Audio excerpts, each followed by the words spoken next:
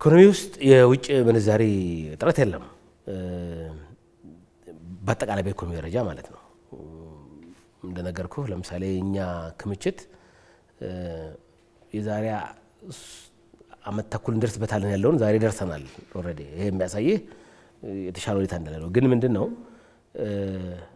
ብሔራዊ ባንክ አለው ማለት ባንኮቹ ጋር አለ ማለት ላይሆን ስለሚችል አሁን ያደረግነው ነገር ምንድነው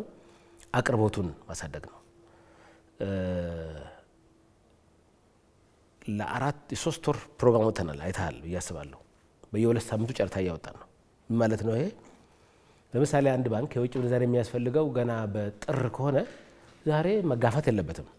ቢኮዝ ጥር ላይም እንደምናቀርብ ስንት እንደምንሸጥ ኦሬዲ አሳውቀናል ማለት ነው ይሄ በትንሹ ነው እንደውም አክሽኑን ያወጣነው ከዚህም በላይ ካስፈለገ ጥረቱን ያያየን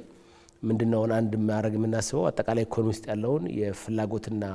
አቅርቦት ችግር ያጠናን በየጊዜው ተጨማሪ ሲያስፈልግ እንጨምራለን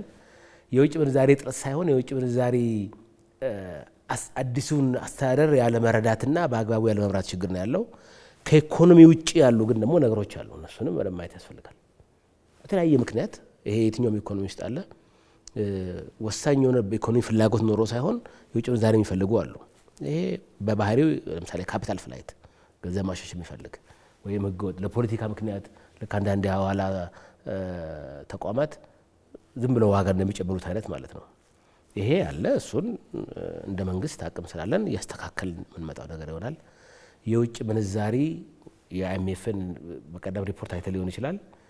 የአጠቃላይ የውጭ ምንዛሪ እንቅስቃሴ ኢትዮጵያ ውስጥ በጣም የተሻሻለበት የጥረት ሜንታሊቲ የቀረበት ሁኔታ ላይ ደርሷል የሚል ሪፖርት ነው አይኤምኤፍ ራሱ ያወጣው